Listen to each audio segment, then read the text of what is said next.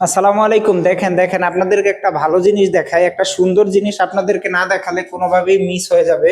এই যে দেখেন একটা ওয়াশরুমের কাজ, ওয়াশরুমের মধ্যে এই যে একটা কাজ করেছে টাইলস মিস্ত্রি ভাই। দেখেন টাইলসের স্লোপটা কি সুন্দর করে দিয়েছে। টাইলসের আমাদের এই দেওয়াল থেকে দেওয়াল থেকে এটার দূরত্ব হচ্ছে আপনার 5 ইঞ্চি।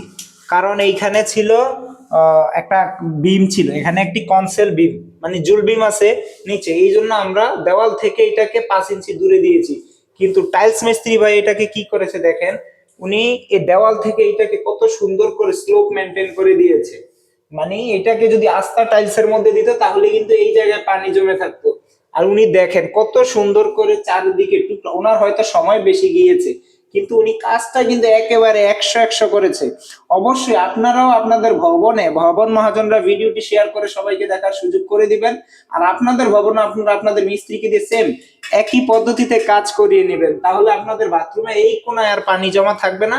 পানিগুলো একেবারে সম্পূর্ণ বাথরুমের পানি এই জালিতেই চলে যাবে 100% ইনশাআল্লাহ।